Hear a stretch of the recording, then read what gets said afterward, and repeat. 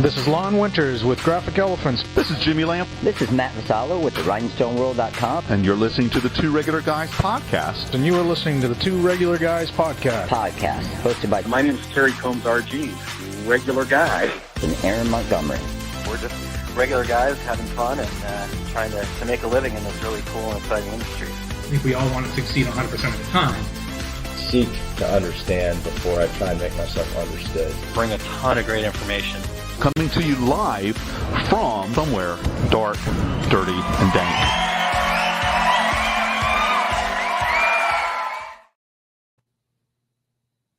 All right, welcome into the show. It is Friday, June 30th, 2023. That means we're halfway through the year. Wow. Unbelievable. Wow. I'm Terry Combs, and you can find me at terrycombs.com. And I'm Aaron Montgomery, and you can find me at oursuccessgroup.com. Yeah, thanks for that, Terry. A little nervousness just sank in. Wait a second, halfway through the year, what are you talking about? But no, actually, so I'm excited to be back here. Coming back from Skills USA, great event, but you guys had a great discussion, and gosh, I wanted to be part of that discussion. So no, we're going to continue. That show was all about you, man. Well, we're going to kind of continue the AI, the Skynet's listening, right? We're going to continue that from last week. And I'm excited also to welcome in our friend Dane Clement of Great Dane Graphics. He's one of the best art guys I know, and I've had some great conversations with him about AI and decorated apparel graphics. And in fact, he's actually going to be a guest trainer for Our Success Group training next month on this very topic. But we're going to talk about that more later. But looking forward to a great show here today, Terry. Yeah, me as well. Dane's always a great guest and a great friend of ours. And so looking forward to hear what he has to say on this new subject. Yeah, definitely. So looking forward to doing that. But before we do that, we've got some news that we need to get addressed here. So we've got Adrian Palmer from Screen Printing Magazine going to be joining us here. Are you ready for that, Terry? Anything you need to say to her first before we get started? Your usual. I do have a news item. Ohio University has a new president. I just got an email today. And if anyone didn't know, Adrian and I are both graduates of the Ohio University School of Journalism. I'm pretty sure everybody knows. And I'm not sure how excited Adrian is about that. But anyhow. Oh, man. So anyhow, let's, before we get ourselves in any more hot water here, Terry, let's bring her in. So Eric, whenever you're ready, let's hit the news.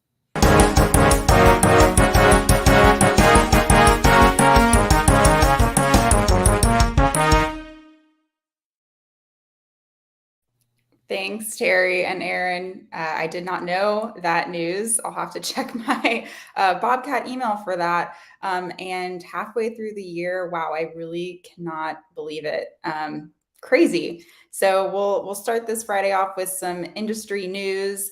First piece, discrimination lawsuit against S&S Activewear to move forward. Following a federal judge's decision to toss out a workplace discrimination lawsuit against S&S Activewear, an appeals court has reversed the ruling and is allowing the suit to proceed.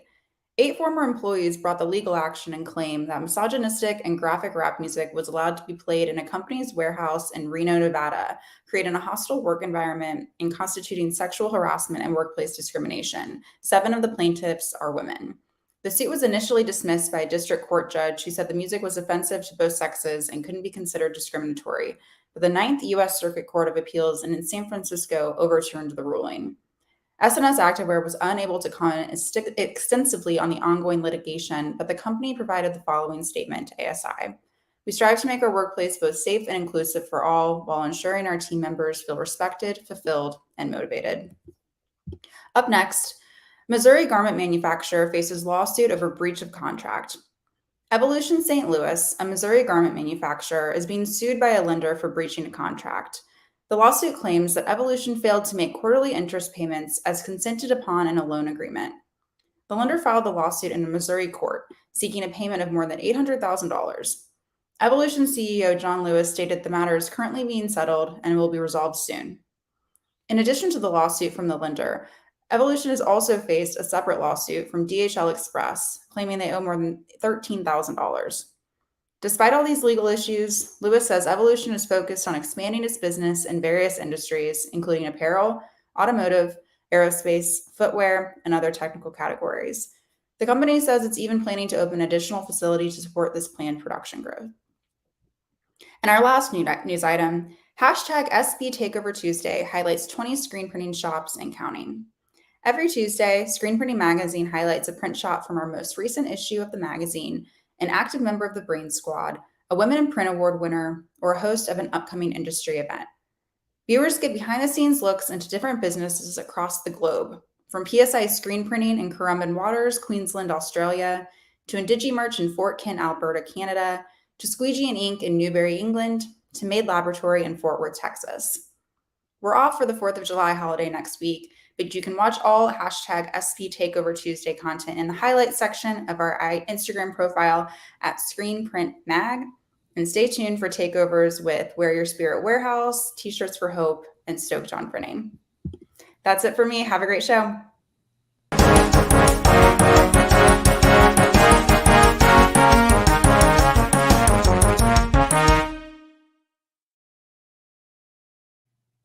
All right. Thanks, Adrian. Appreciate all that great news. And as far as not great news necessarily, Todd said, wow, it's file a lawsuit Friday. So yeah, the attorneys are rather busy, but we got to keep up with these things and understand what's going on in our industry. And I really appreciate Adrian bringing us that news, and she'll have more news to come here soon, Terry.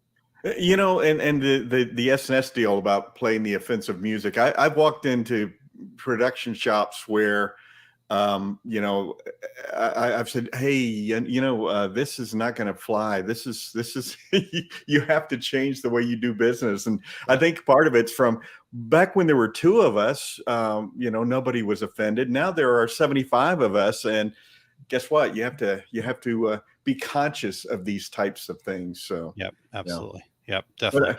And I love Screen Print Takeover Tuesday. I need to check that out. Yeah, definitely. I'm excited. She listed some of the upcoming folks too. So really good there. Speaking of excited, Kim Johnson checking in says, happy Friday. Excited for today's show. And so let's talk to a couple more of the regulators here real quick, Terry, if you don't mind. Sure. Before we get to the dad joke, we want to build a little anticipation for this amazing dad joke coming up here. So we're going to scroll back up. Good morning to Chuck. And good morning to Mr. David Gross from Condi Systems. And Todd already said good morning, but Todd was checking in. Let's see here. Rena says, good morning, Terry and Aaron. Looking forward to hearing Dane's wisdom. Yeah, Dane, bring the wisdom, buddy. He's laughing in the background there. And Jerry Dahlheimer checking in. And then Alan wishing us a great show. He's heading off to the Q&A with Alan and Marshall. And so I had a chance to talk to Alan yesterday. It was good to catch up. Good. So yes, appreciate you guys checking in. Good morning to Mo all the way down at the bottom there, catching up here. And we also have Barb checking in from North Central Minnesota. So appreciate everybody tuning in this morning, Terry. And I don't know, I think probably people might tune in for this segment. I know I certainly excited about it, but this isn't one that I wrote, so that's true. That's true. Well, would you do the honors of delivering it though? Absolutely, because I like this one very much. So. Okay, good. Well, go ahead, Terry. This dad joke is from Kristen with Thread Design Inc. So, Aaron, if Apple made a car, what would be missing? I don't know. What would be missing if Apple made a car? Clearly, it would be Windows. Yes. Thanks to Kristen with Thread Designs. Yes, very, very good. Kristen's been great about sharing. She shared a couple of others out at Skills USA, and I forgot some of them. So, Kristen, if you're tuned in now, send me those too, because you're not limited to one. No, just keep them coming. And she's had some others. So really good. So thank you, Kristen and Terry. Great delivery as always. But anyway, with kids, was your first thought the Apple car driven by Lowly Worm, the children's books? My first thought was Lowly Worm in his Apple car. Huh. I'm not sure I'm familiar with that one, Terry. You stumped me. Is that a new story? 4 kids, 6 grandkids. I've read them all. Yeah, that's true. That's true. You've got them all. and obviously, anybody with kids, more than once. Yeah. Yes, indeed. What is that about kids? They can watch the same show over and over. My son will watch the same. Like if I've seen it once, I'm like, I'm good. I don't need to see it anymore. Man. All right, And they have to watch it to the end. It's like, oh no, it's almost over. It's like you don't know what's going to happen. Yeah, they don't change them up. It does. Yeah, this is not choose your own adventure. All right. Well, we'll get way too far off base here. One other quick comment from one of the regulators, Patrick Ali from Caesar North America, says, "Hey friends, getting ready to go live at noon Eastern for some big stuff coming soon." So, Patrick, here's the deal. You got to tell people that they need to tune into the two regular guys too. So help us out, works, here, man. And we'll try to clear the decks before 12 o'clock noon here. That's right. So, that's right. We'll be done with the half. Aaron and Dane, I don't know. I'm not feeling good about ending the show on time, but all right. And before we go any further, we want to. Yeah, go ahead, Terry. Sorry. Oh, well, we just want to thank everybody for checking out the Two Regular Guys podcast. We need your voices. We would love to have the regulators participate in our show intros that you guys hear every week. Go to decorators.ink./intro and just read a few sentences and be a part of the show for the next year or so. We've gotten a few in. Yeah, we've got 2 of them so far. Out, but Aaron, I haven't seen anything from Todd. I haven't seen anything from Christine. Don't make me go through this list, everybody, of Patrick Ali, Jay Bassell, Josta. Come on, buddy. We want a Swedish. You can do it in Swedish. That would be awesome. Yeah, that would be awesome. And then, of course, we could ask our guest, Dane Clement, because I don't think Dane has done one either. I think he's recorded one in the past, but I think it was when we had too much background noise at a trade show. So, Dane, we need a new one, man. Yeah, we need a new one for sure. Todd says he'll add it to the list. So, all right. Thank you. All right, good. Well, we're also always looking for new guests. If you or anyone you know would like to join us, go to calendly.com/2 regular guys with your show ideas. If you are listening to the podcast version of the show, we would appreciate you sharing the Two Regular Guys podcast with all your industry friends so they can become regulators too. And we would appreciate you giving us a review wherever you listen to podcasts. We're at Apple Podcasts, Spotify, iHeartRadio, Stitcher, Amazon Podcast, everywhere. And if you're watching us live right now, please join in with your comments and questions for our good friend Dane. Yeah, exactly. I appreciate everybody tuned in already here, but just take a quick moment here and go out and share that on the socials. For those of you that are tuned in live, podcast listeners, check out a live every once in a while. It's worth it. It's a lot of fun to be part of the show. So Terry, we've got a lot to cover with Dane here today. So I think we're going to dive right in, if that sounds good to you. That sounds like a plan. Let's do it. All right. Well, Eric, if you can bring Dane in here, we want to welcome Dane back to the show. Welcome back, sir. Great to see you. How are you doing? I'm good. Good. Well, so Dane, last time we got to talk to you on a Two Regular Guys was actually in Tenley Park at a bar. I know that one time at a bar. Shocking to a lot of people. No, not I was surprised myself. Yes. Yeah, exactly. So, and we've talked to you before, and I'm sure a lot of people kind of know, but just give us a little bit about your journey in graphic design, and then kind of maybe the shortened version to get us to how you started to think about, look at AI in your work. Okay. So, I got a long story. So we're going to make that one really short because I've been around about as long as Terry and this stuff. That's a long time. Yeah. I started Great Dane Graphics in 1991. Right. So it's been a minute. And we just been creating artwork in the beginning, artwork and separations for screen printers. Then as technology evolved and DTGs came out and that sort of thing, we started doing custom stock art, right? So full color illustrations. So basically glorified clip art, I guess, if it's kind of what I like to call it, not just black line stuff, but full on paints. And that went great. Stahls found us. We became a Stahls company about 10 years ago, I think. Wow. Which has been awesome because they're on a cutting edge of everything new, cool technology for sure. Yeah. So we've been a Stahls company for 10 years, and we're going to be devoted to Stahls 100% pretty soon, right? So cool. Great Dane Graphics is sunsetting away. Part of me, it still hurts. Let's give The him a other hug. part is like makes total sense to do what we're doing, so it's all good, right? But it's one of those things I'll get over sooner or later here. But it's awesome because we're creating artwork for the online designers, and most people don't even really see it yet. But there's a lot of good stuff coming in the background, and it's been awesome.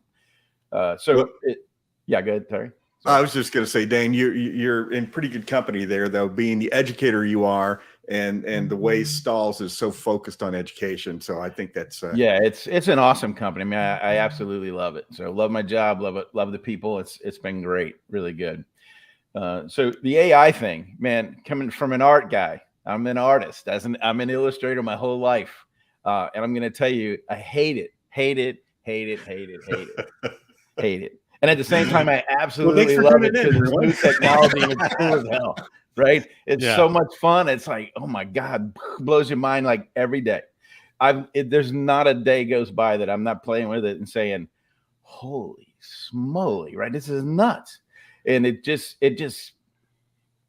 took me a while to this minute. I'm not using it in the Great Dane stuff or the online designer artwork yet. But we have plans for it, and I'm kind of new to it because I resisted it for a bit being the artist, and here's this thing coming straight at my job, wanting to take my job away from me, and that's how a lot of us artists and illustrators feel, right? And it's natural. I mean, this is a thing. This is something to worry about, right? But I've totally that was my initial reaction, and then I totally flipped it because this is nothing more than back in the day when they invented the car, right? Combustion engine, and left my horse and buggy, and color TVs, and it's a calculator. Now the kids will never know how to do math. I mean, I still don't know how to do math, and not even with a calculator. But it's just a tool, man, and it's one of those things where you just got to embrace it. I don't think it's going to take over our jobs completely. I mean, you still have to have the creative part to put input into it to say, I'm looking for this. And this is only because it's early stages, but you got to have some skills to fix stuff, the 10 fingers and the weird, wrong hands on the wrong arms and all that goofy stuff that it does. But all that's going to get fixed. 100%. They'll figure that out. Right. So, but you still got to take the artwork off of a background because it doesn't give you, transparent backgrounds necessarily. At least let's put it this way. There's a ton of different programs out there. And the main ones I'm working on now are Midjourney and the Photoshop stuff, and obviously some Stable Diffusion. But beyond that, I can't. I just so much I have going on. I'm focused on that. And that's all I need. That's plenty. So yeah. All right. Well, then I do have an AI question for you, but I'm going to ask you because I ask you this every time I see you. Did you perchance stay up all night reading because you knew that I would say to you, "Hey, Dane, have you read any good books lately?" I did know you were going to say that, and I have it. You even signed it for me. I have not yet. And although when I was asking you for 3 years when it was coming out, you got to give me a little time to knock it down because I've been kind of busy. But I will. I 100% promise you, we will have a discussion on it as soon as I'm done. In 3 years from when you launched it. Right. You got to wait the full time, Terry. I don't know what it does. I wrote a note on the front. Read this before 2025. That's my window. But for anybody who doesn't know, Dane. I talked to him about this book, Beer Bait and Barbecue, for forever about this book I was writing, and he's like, "Man, I can't wait to read it. Can't wait to read it." So when I had it ready, Dane was doing a seminar in Long Beach, and actually walked into the back of the seminar room and just held up the book, and he's like, "We have to stop for a minute." Absolutely, it was awesome. I was super excited, and here I am, not touched it yet. Like I sitting right on my desk in my. We talked about it so many times, you probably already know the story anyway. So, all right. So let's talk AI. It's for most of us, well, you as well. It's just seemed to come out of nowhere. So, is this just the latest flavor everybody's jumping on? Is it a fad?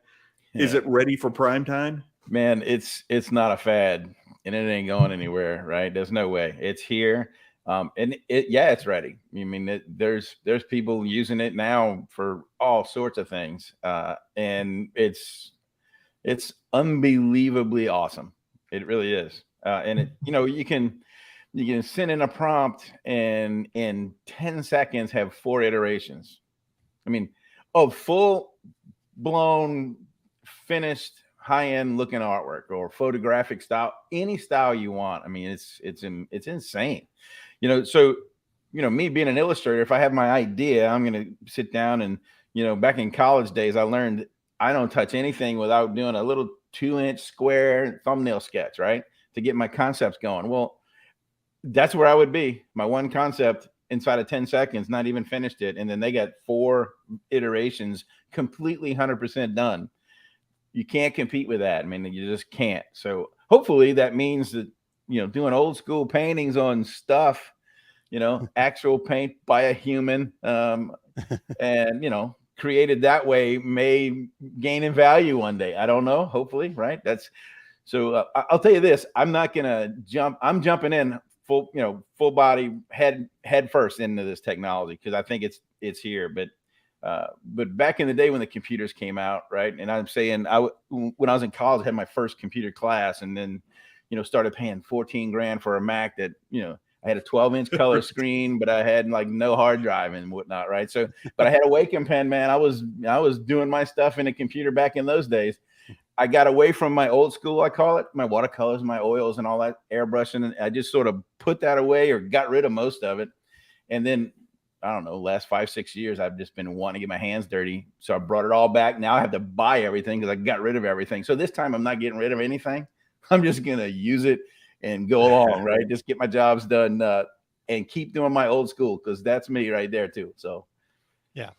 And I think that's something, I know as you and I got to know each other a little bit better, that was something I learned about you too, is that you, like an actual just artist, right? I always thought of Great Dane Graphics, computer graphics, things that we could use like that. But you're such a hands-on artist too, that I don't think a lot of people know that as much. And so I think that's why I was also really interested to hear your take on AI and how that works. So, we've got you and I have a class coming up, and I kind of mentioned at the beginning, we'll talk a little bit more about that later, but I want to kind of just pick your brain here a little bit. I know you said that so far for Great Dane Graphics, what you're doing with stalls, it's not been a tool that you've used yet, but you said you kind of had plans for it. 100%. How do you kind of see this changing your workflow? So hugely. I mean, saving boatloads of time.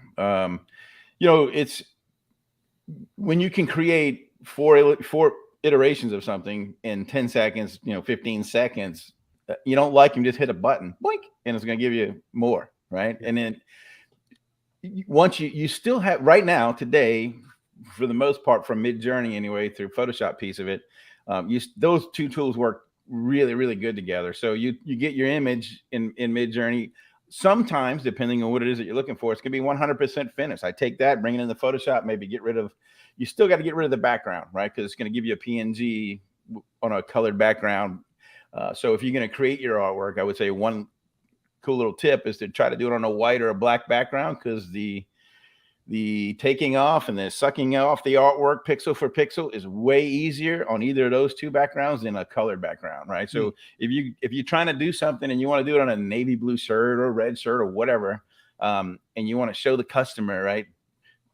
Try not to create it on that red shirt or a red background inside of, say, Midjourney, right? I'm just use that as an example today, because it's harder to get rid of that red background, right, than it would be black or white. Totally complete, like way easier on a black or white. Okay. But it's still a skill, and you have to learn it. And it takes a little bit. It takes so depending on the art style, right? If it's a hard edge, black line sort of thing, no biggie. But if it's a faded edges and whatnot, then it's a little bit trickier, especially on a color background. So that's a huge tip that I would tell anybody while you're doing it. Just think that way, and you should be good. Cool. Okay. All right. Yeah. Well, besides the fact that there, I'm sure many people in the industry who don't even know what we're talking about. What are some of the misconceptions, the fears people have about using AI in one of their graphics and one of their designs? I think one of the things that a lot of people, even myself included, right, are not 100% sure of is what it was learned on. Like, what did this Midjourney thing learn its stuff on? Yeah. And as far as I know, it's learned on millions and millions and millions of images of other people's photographs and artwork, pretty much all the images that are on the internet, right? Yeah. And I know for a fact there's class action lawsuits going on for that. So, and then maybe that's one reason I haven't jumped in 100% yet. I think all that's going to be resolved, and there's certain ways, and there's been a couple of cases come through that, that have, I can't copyright an image that's 100% created by Midjourney or one of the other AIs. But if I take that image and I make some changes to it, then I probably can, right? So if I have to, change something 30% and it's yours. That's a bogus bunch of, that doesn't work. But so for instance, if I'm going to do a mascot, maybe it's a knight mascot, maybe I want him on a horse, maybe I don't want him on a horse or whatever. But I want him with armor or whatever, maybe some feathered plumes, whatever it might be. So if I create that and I generate it, and gives me 4 iterations, I might say, wow, the head on this one is super cool, but I like the chest armor plate stuff on this other one. And then down here, there's whatever, right? So if that happens, I can take pieces and parts from those and I can bash them together in Photoshop. And then now all of a sudden it's not just generated by AI, but it's AI generated things, and I piece them and part them and put them together, and now they look cool, or even cooler, I guess, right? You make it yours. You can get in and literally paint, if it's a tiger mascot and it looks really good, but you can make it look better with a little bit more detail, maybe in the eyes and the whisker stuff, spend 10, 15 minutes painting on top of something that took 10 seconds to create. Now we have something that looks like we took 3 days painting, because it could take 3 days painting, because I know I've done them, right? And then you're ready to go. I mean, but it's a force multiplier, man. And if you think of it as a tool like that, I think the artist is going to win, one, because he's going to keep his job, because he's saving his company or his wherever company he's working for. He's saving mega time. Yeah. And I think that's a good thing. And I think most employers would appreciate that, right? Yeah. So Dane, did it ever cross your mind? I mean, this is one of the first things I thought of, is at some point in time, you're walking through an airport and you're going to walk past somebody who goes, "Hey, that elephant on your shirt, I did that. That's my graphic," because it got grabbed somewhere in the universe. At some point in time, they're going to intersect and say, "Hey, that Lon Winters is in the airport going, that elephant, right. It's from my logo." Well, it happens to us quite a bit, actually. Yeah. I see graphics of mine all over the place. Yeah. I saw one of our Eagles on a work truck right here in town, believe it or not, about 2 weeks ago. I'm like, whoa, look at that. But I see it everywhere. I go out of town at a show and it's in the traffic, and back stickers on the back of people's trucks and cars and stuff. It's kind of cool. Yeah. I don't know how much more of that stuff we'll have now that the AI's here, when anybody. Well, that's just what I mean, though, is if AI's got to grab that graphic from somewhere, and it mashes it together, sort of, kind of, somehow. I don't really know the technology. This is my understanding. The way it's seen and learned all these images in the world, right? Already has it in its computer brain thing. And when you're telling it what to do, it's literally just starting with noise, right? Just pixel noise. And if you're gonna, you want a chicken, it knows what a chicken looks like, and then it's gonna look at your prompt thing. You want it a watercolor style, and you want it on a beach, and those kinds of things. It's the cool thing is you can punch in any stupid thing you want, and a lot of times it's going to surprise you with some pretty cool creative stuff, right? So Marshall Atkinson was on the show last week, and he was just showing us some examples from because he has his newsletter about this, and then he just said stained glass window, and the whole thing turned into a stained glass window, and I'm like, holy crap, that would look cool on a shirt. Unbelievable, man. It's unbelievable. Yeah. So I think that, I want to talk to the artists out there. Just treat it like a tool and learn it and get to know it, because you still have to finish it out, right? If we're going to screen print something, well, I got to get it off the background, and I got to create a white base, and I got to separate my screen, my colors, Then we got to go through the motions to print it, right? So there's still all that process, production, pre-production, that sort of thing. You still need all those skills. All that stuff still has to happen. They still need people to do that part of it. Today, anyway. It might change 5 years from now. Who knows?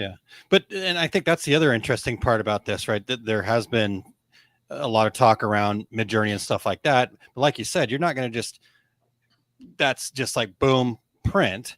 It's, and I think that's the interesting part about Photoshop too. And maybe you can correct me on this side of it, Dane, because Photoshop's doing some AI stuff, but you're also still, using Photoshop as Photoshop. So it's not necessarily creating from scratch like a Midjourney might be. Maybe it has some of that abilities. How does that all work? Yeah, so it does have that ability, and you can do it. And sometimes it's cool, and sometimes it's really wonky, right? But it works. I mean, I could start off with a blank canvas and just make a selection and hit the generative fill and type in what I want. I want a beach scene. If I want, stormy sky, whatever. And it gives me 3 iterations, turn them on and off. If I like them, I keep them. If I don't, hit the button, gives me 3 more. Then you can put a beach, so that example, if you want a stormy sky on a beach kind of thing, then in Photoshop, you would make a selection with your marquee tool and either top or bottom, and either start with a sky, start with the beach, whatever. But once it's done, then you take that same marquee tool and drag the other section, right? So if I did the beach and I want my sky now, as long as I drag it and then drag it into the part of the bottom or the part of the top, then it literally analyzes the lighting directions and all kind of craziness and gives you something unbelievably cool in a couple of seconds. Yeah. Wow. It's insane. My mind is still hard to wrap around it, right? Because I know what it takes to paint this stuff. And I tell people in my classes, when I do my Procreate classes, I said, man, I painted this thing on a plane here, and it took 2.5 hours, right? I feel like a loser. I mean, how many times you guys look at Instagram and see these paintings? These guys started a pencil sketch, and it's poof, it's beautiful painting finished, and it took 20 seconds.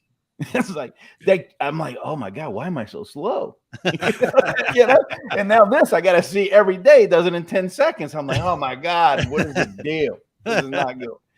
So I don't think it's good for our health, but it's pretty good for business. Well, it still takes your creative brain to get it there, though. So hopefully, right? Yeah. Well, okay. So I've brought up the class. I've mentioned it a couple of times. I'm obviously, you can tell I'm super excited about this opportunity to do this together, and I appreciate it very much. And I know you've already been giving us some previews here, but kind of give us a sneak preview of what somebody might pick up in this class, practical tips. I mean, just what you just talked about in Photoshop there. I'm like, I cannot wait for this. Right. Can we do it right now? Can we? But it's unbelievable. So in the class, we're gonna create some things, lots of things, because it's very quick to do.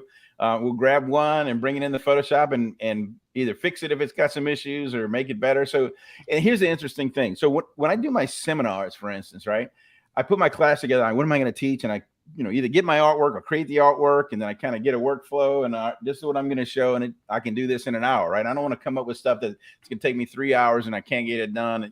So you have to kind of pace yourself or figure out, I can show this much in this much time, and with some questions in between.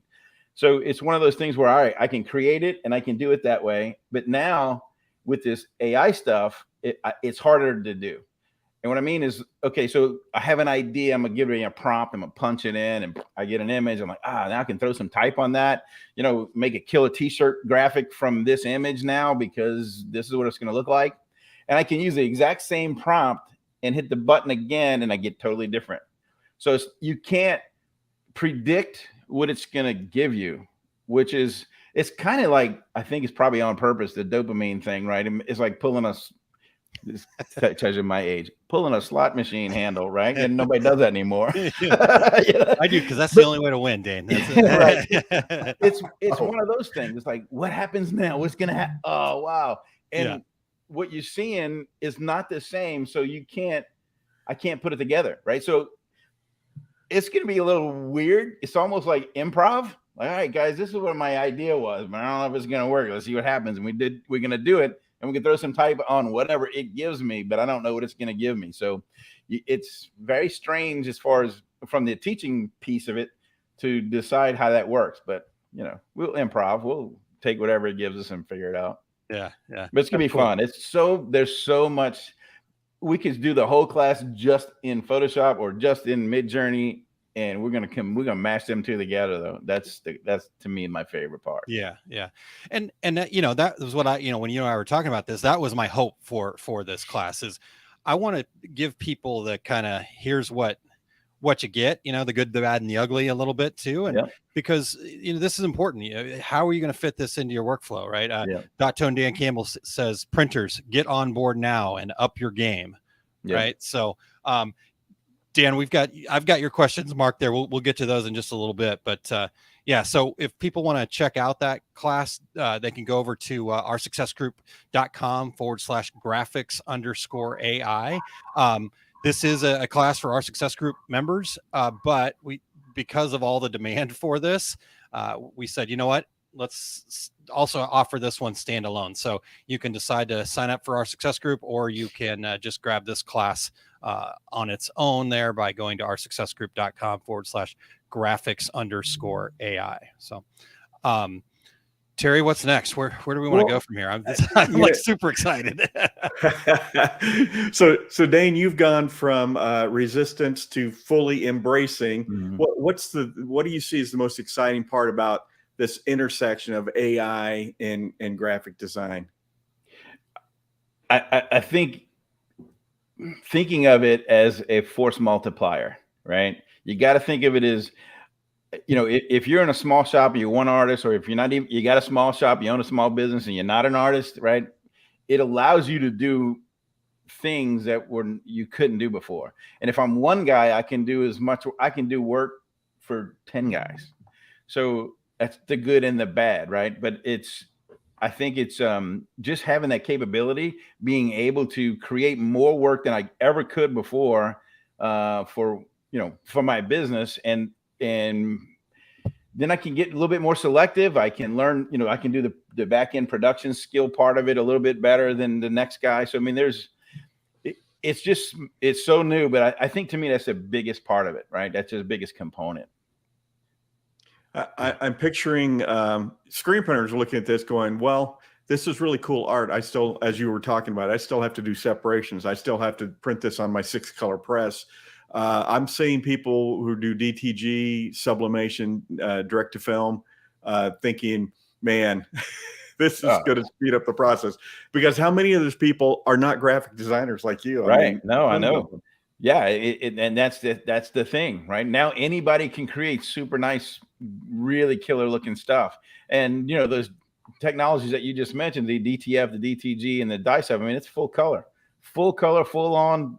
And you don't need to do anything else technically, right? You don't it's not a long process like the press ready stuff for screen printing. It's just, here's my image and go with it. But you still have to get on a transparent background. For all of them would be best, but white backgrounds at least for dye sub, but even it's better on a transparent background when you work it. Yep, exactly. So, as we were talking about this, it started making me think, right? Because I get to see a lot of folks that are new, and like Terry mentioned, they're not a lot of graphic designers necessarily. And I think a lot of them have just gone to, okay, well, I'm going to go do copyright crap. I was walking through a street fair in a little town where my dad lives in Missouri here. And I mean, there was 6-7 booths, and all of them had tumblers or shirts or something with very close to Kansas City with Kansas City Chief logo all over it. I'm like, well, there's about $21,000 in fines just in that booth alone. Right. And I'm like, and they're probably not smart enough to have separated it from their personal side. So not only are they going to lose their business, but they could lose their house and because especially with those guys, the big dogs don't play, man. No, NFLs and the Disneys. Yeah. They come in hard. Aaron, did you buy me anything? Give me No, I do not. I'd walk through, and as soon as I'd see a copyrighted image, I'd walk right out. I don't purchase from people like that. But perfectly right. So today, that's no excuse for that, because in the past, like, what am I going to do? I got to get something that somebody wants to buy, right? And now, and then, so what most people have done, and I've seen it a million times, they go to the internet and they steal something. That part of copyright infringement should go away 100%. There's no need to go find a photo of something or an image and say, I like this. I'm going to put it on some shirts or tumblers or whatever, because you can make your own in 10 seconds. Yeah. Just say, I don't know if you can say Kansas City style, whatever, but I want to, whatever your image is, it takes 10 seconds to create. So don't steal stuff off the internet and invite the lawsuit stuff, right? Just go to there and create your own and avoid it. I mean, that should go away. 100%. Yeah, because that leads me to this question. Not having used this stuff a whole lot yet, I'm kind of waiting I want to be a learner like everybody else in your class. But can I go there and just put in, I need a piece of art and put the Kansas City Chiefs logo on it? Right? Yeah, you can type in Spider-Man or Joker, Batman. You can get all that stuff. Yes. Okay. So you can still create copyright infringement stuff. You can still get sued. Yeah. Okay. Total trademark infringement. Exactly. 100%. I like that. Yeah. Make sure you include that in class. If you want to get sued, you can still get sued. All right. I like that. Yeah. This will help you cheat. Big time. Big time. Yeah. All right. Well, what did Scott Fresler used to call it when DTG first came out? He said it's the copyright infringement machine. Yeah, I can see it. Yeah. Well, we've got a couple of comments and questions from the regulators here, Dane, if you don't mind us throwing a little bit at you here. Tone Dan Campbell says, what's the max size and usable resolution you can get out of these tools right now? That's a good question. So I don't remember the actual pixel dimensions or anything. So like a Midjourney, when you like something, when you get the image that you like, it gives you 4, right? So you can pick them, say number 2. You can save it. You click on it's got a little button that says go to a web browser, and it opens it up 72 pixels or however big on your browser. Yeah. So that is an awesome question, because it is a smaller version than you can really use on things. So you would have to upsample it. Now, Photoshop's upsample skills, they're really solid these days. I mean, they've changed over the years, and you can probably go in there and just plug it up to whatever your graphic needs to be and be totally fine. There's a lot of AI software out there like Topaz and On One and all these other, Photoshop photography things that will get rid of JPEG noise and enlarge your image to whatever. And I use those because you get super good, super clean, high end resolution stuff. So that's a great question, but you have to upsample whatever it gives you. At least now, right? I mean, I'm sure all this stuff's gonna change probably. One day it'll give it to us on a transparent background, all of it. But today you still gotta figure that out. But and I know when you and I were talking before, Dane, and this is one of the things you're going to cover in the class is the ratios and things like that are a big deal in this. Yeah. So it's a big deal, and you wouldn't think about it, right? So most people that don't know what a ratio is, it's either I'm going to do my design this way or do it this way or do it square. And if you don't tell it a ratio, like a 16:9 is a cinematic view, right? Or a 9:16 is that same exact view vertically. So if you don't give it one of those, depending on the artwork, I mean, if you don't put it in, it's just going to give you a square, right? That's defaults to a square shape, which is not a problem for a lot of things, but depending on what you're looking for, if you wanted some cool dancer doing some sort of killer dance pose, ballet, whatever it might be, you might want to stretch that thing up from that square, because a lot of times it'll just focus in on top half. You can even say give me the full body. Sometimes it listens to you, sometimes it doesn't. That's the thing. You can prompt this thing with 100 words, and then they say, well, you should use shorter prompts, and there's a shorter prompt button and all this sort of things, and it just ignores lots of things. And it says, well, we're gonna, the technology says we're gonna give more emphasis on the words in the front of the prompt, right? Yeah. So I want one girl, dancer, ballet, whatever it might be. Those are the kind of words that you want up in the front. But sometimes it ignores those too. So it's like a kid, man. I don't know. I guess it's in its infancy stages, so it does its own thing. Yeah. All right, Terry, you're you're muted there, buddy. But you laughed at it, so it must have been a good one. It was, I'll save it for next time. No, I was just saying the dogs are running down the stairs. That's why I muted myself. No, it said it reminds me of 2001: A Space Odyssey. I'm sorry, Dave. I can't do that. when HAL 9000 became self-aware. Exactly. I mean, these people that create this stuff, they haven't watched that movie or Terminator or anything like this. I mean, what? Right. Nobody saw it coming. Yeah, it's not good. All hell not Skynet. good. Yeah. All right. Another question here, or question from the regulars here. Josta from Sweden says, "How do you keep up with your ideas without your sketch? Now with all the distractions from the other AI ideas, right? You kind of get so much going on. Oh, I want to do this, and I want to." and that's where I'm at today. That's where I've been living for a month or two or whatever it's been. Right. It's the cool thing about, let's say, Midjourney, for instance, is it remembers everything you did. I mean, I have a paid version, so let me clarify that, right? So you can do Midjourney, you get it for free, and you're there with millions of other people. And when you generate something, it goes in, and everybody else can see it. But there's so many people creating stuff, it's going to be gone in the ether. You'll never find it again, right? So if you pay for yours, which I have one of the pay plans, then it's a private server, and then all of my stuff stays there. So I can go and I can make folders. If I want to do a mascot folder and a whatever sticker folder, whatever it might be, I can do sticker designs and go to that folder, and everything I've done for stickers is sitting there. Nice. So that's one way to organize, and it's pretty helpful. And I use Midjourney because it is the premier one out there, I think, in my opinion, anyways. But Stable Diffusion is coming on really, really strong.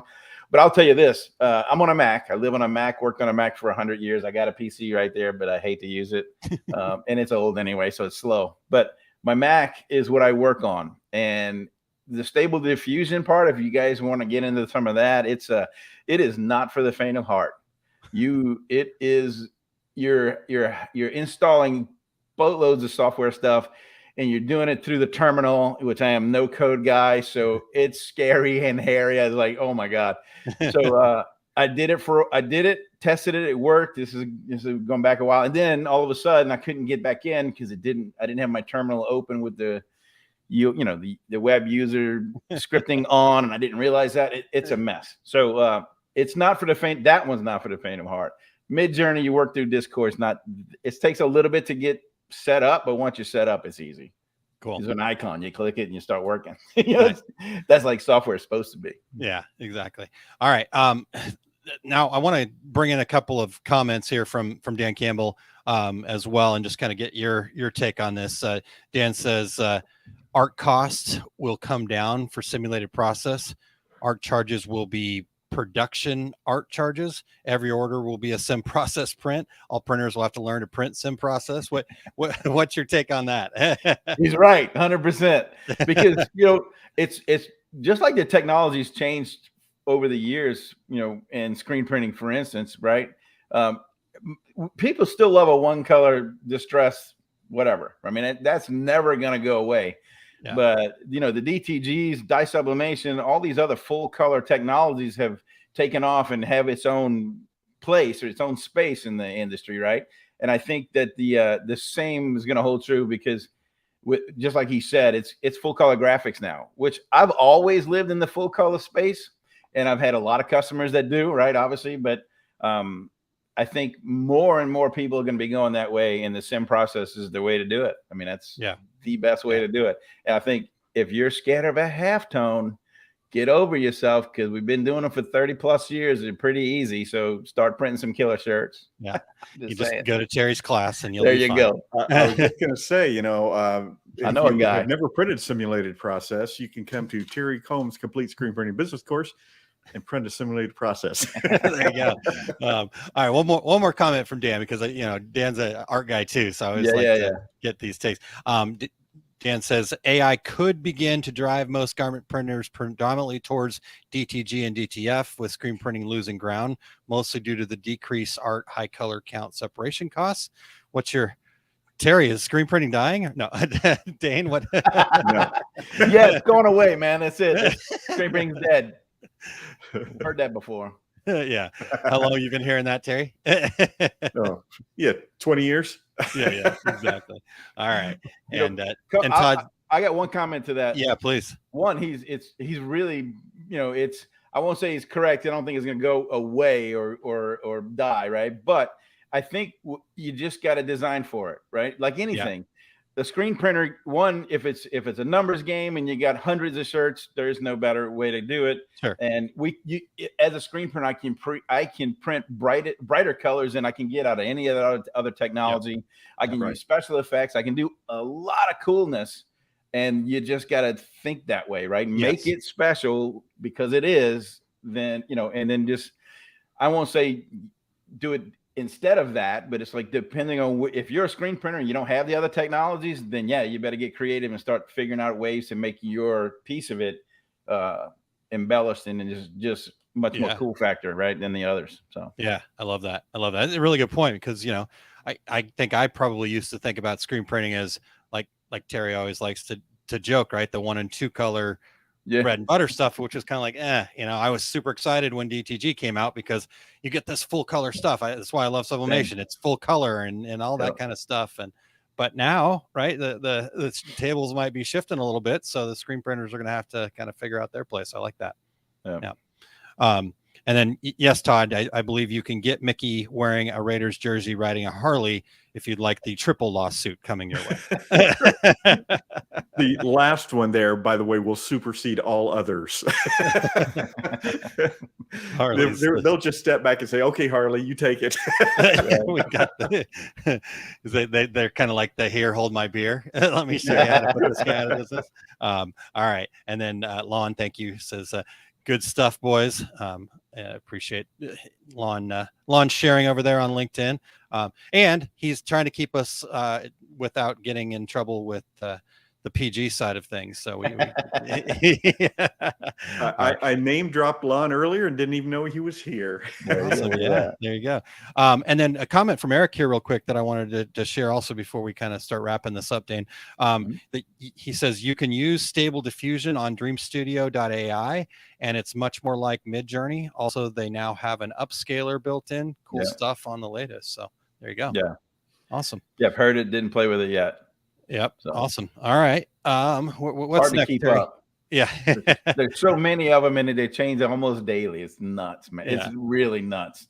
It's almost like we have to try to learn as fast as this AI stuff, and then just not possible. Yeah. Totally. All right. Well, Dane, I know we've talked a lot about AI here, but I know you've got a lot of other things that are kind of in the works too, just on a personal level. What's new for you?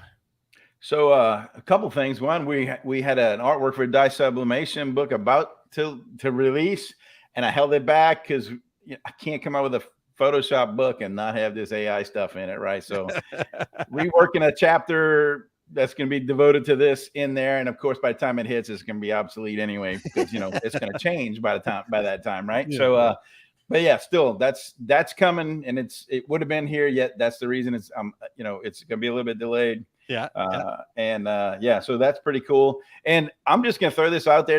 It's something brand new that I've been playing with for a while. I love doing artwork, you know that. Yes. And I do original watercolor paintings on a clay board, right? And that's my thing instead of paper. And at danespaintedpets.com, if you want to check that out, it's a site that is halfway built and halfway, because I'm literally building it right now as we speak. But that's some cool, fun, original stuff. And I love doing it. So I'm never going to get out of the real hands-on stuff. So that's kind of fun. And that's pretty new for me. So, and there's always going to be that market as well for people who want that. Yeah. So, well, Dane, you had mentioned you were kind of working on a drawn by hand logo and because that one's a secret.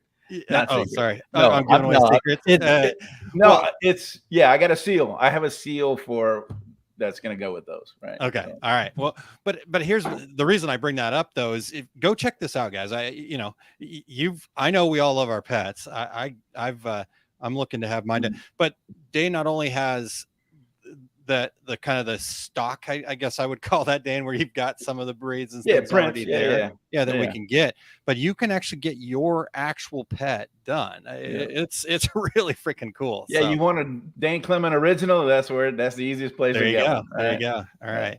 So you get Terry's book, and then you get a Dane Clement original. I mean, we got it There all. you go. And the title, though, if you had read it, Dane, the title, Beer Bait and Barbecue, is a hand-painted window that says Beer Bait and Barbecue. That's how it all starts by a craftsman like yourself. There you go. Yeah. So, Dane, how can people connect with you? You can find me in a Stalls booth someplace, that's for sure. So stalls.com, you go to daneclement.com, although I'm revamping that one. It looks like I died during COVID. I didn't. I'm still here, by the way. But anyway, so yeah, daneclement.com or danespaintedpets.com. Right? Yeah. Check I'm out those there out. all over.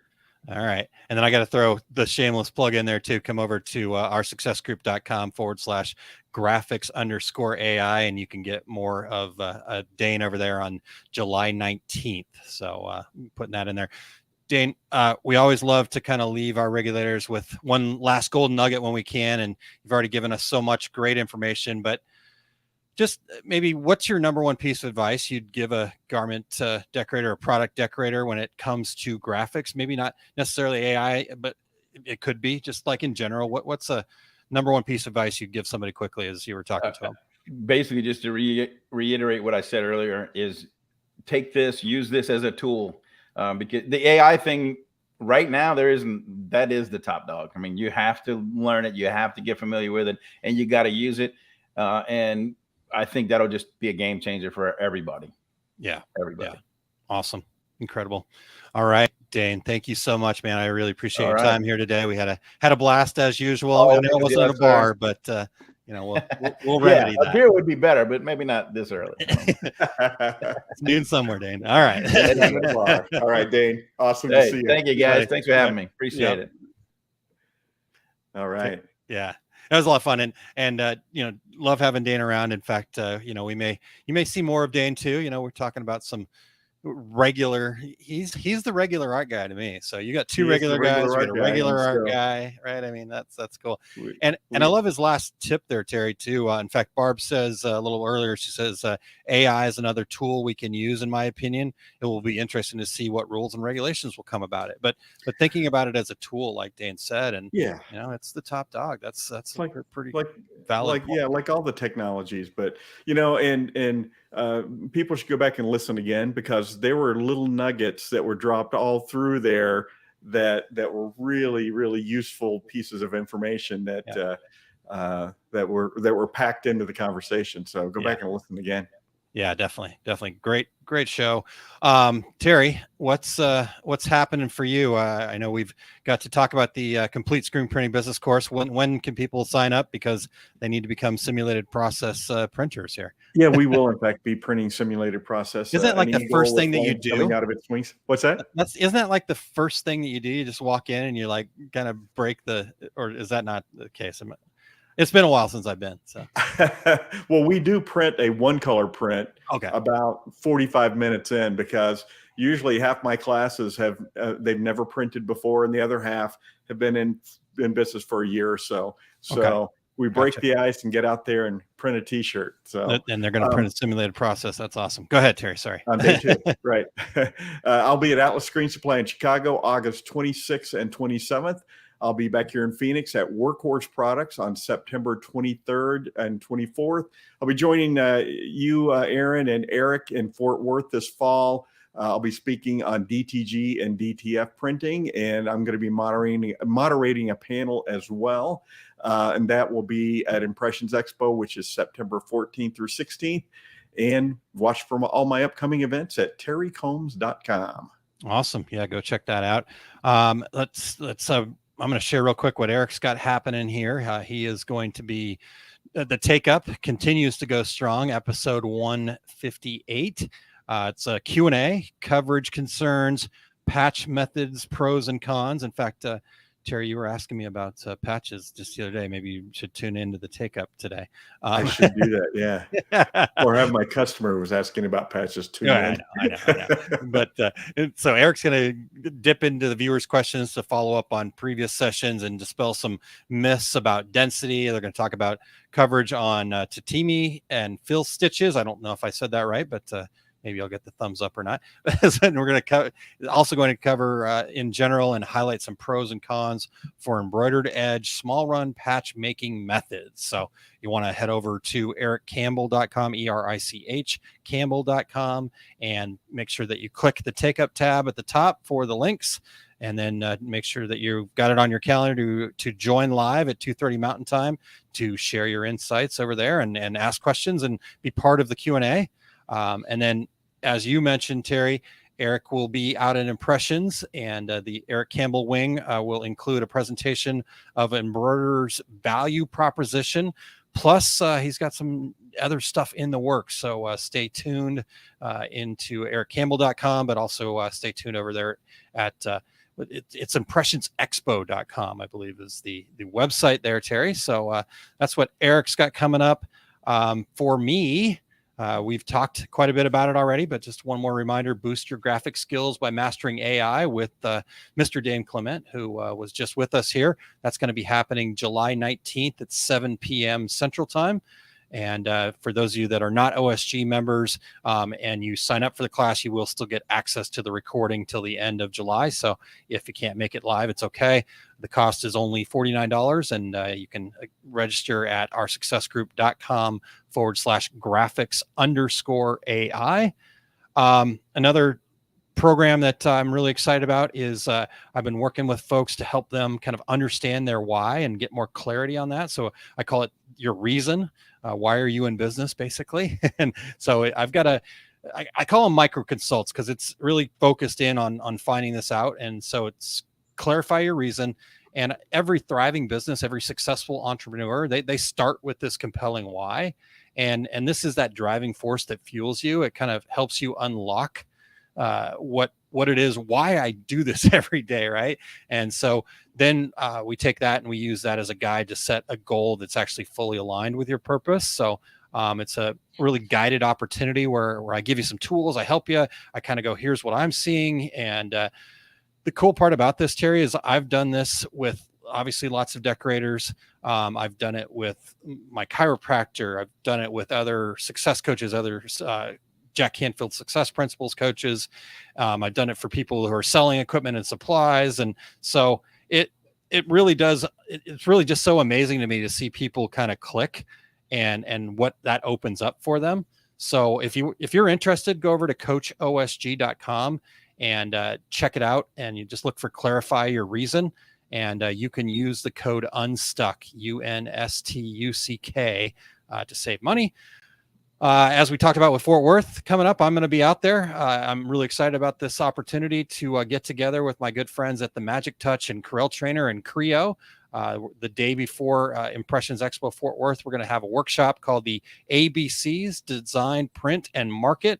So we're going to take you from start to finish with the Corel Trainer folks on the design side. I'm going to talk business. Magic Touch is going to talk about the printing. Creo is going to talk about how we get on substrates, all that kind of stuff. So it's a full day workshop, and we're going to go from initial design all the way through each step, and then equipping you with the tools to create, organize, market, and deliver more to your customers. So you can check that out at osg.link/ABCS.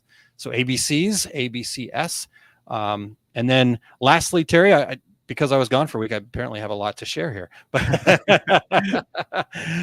some really cool things happening. So I've got some exciting mastermind program stuff that I'm working on. I can't announce it quite yet. But if you'll go over to oursuccessgroup.com/empower, EMPOWER, you can sign up to be on our email list if you're not already there. But go over there anyhow, sign up because you're going to get some freebies out of that anyhow. And so if you're already signed up, no big deal. You can sign up again. And so again, oursuccessgroup.com/empower. So you'll be the first to know when those new mastermind program details come out here very soon. So that's That was a mouthful. All right. Well, Terry, how are we doing here? We're man, look at us, almost on time. Until I talked for 5 minutes there, we were good. All right, Terry. Well, let's get out of here. It's come to the close of another show. Really, really great to talk to Dane today, and we really appreciate Dane Clement joining us, and especially since he joined us on such short notice. Our other guest had to bail kind of last second on us, and we're trying to figure out why everybody's bailing, but that's okay. We'll just fill in with somebody else, so it's okay. Exactly. They did give us 3 days warning, so that's better than some. So better than some. Exactly right. And we also want to thank our show producer Eric Campbell for all he does to keep those wheels on the bus turning, and he's also our always on call co-host. Yeah, amazing. Allows us to keep going every week, even with busyness in our schedules and everything going on. So Eric, thank you so much, man. I really appreciate you. Terry, next week we got a great guest. I've already talked to her. I think we're good. I don't think we're having anybody backing out, but Lauren Kilgore, she's from Handmade University, and she's going to be joining us to discuss selling online. She's an Etsy expert and also an expert in other online platforms. And so you do not want to miss. This is really cool because we get to bring somebody in and she's adjacent to what we do. And I think we're going to get some really good tidbits hit from her. Just tons of golden nuggets coming your way next week. So make sure that you are tuned back in 10 o'clock Central Time, Center of the Universe time. We will have Lauren on next week, Terry. All right. I'm looking forward to that. And until then, I'm Terry Combs. He's Aaron Montgomery. We are the Two Regular Guys. Here we go. We're out. Awesome. Thank you for listening to Two Regular Guys. Check out our website at tworegularguys.com. That's the number 2, regularguys.com. You can also interact with us over at our Facebook page, facebook.com/tworegularguys, or send us a tweet, twitter.com/tworegularguys. And we have a YouTube page. You can find all that from our website, tworegularguys.com. Thanks for tuning in, and we look forward to spending some time with you again next week.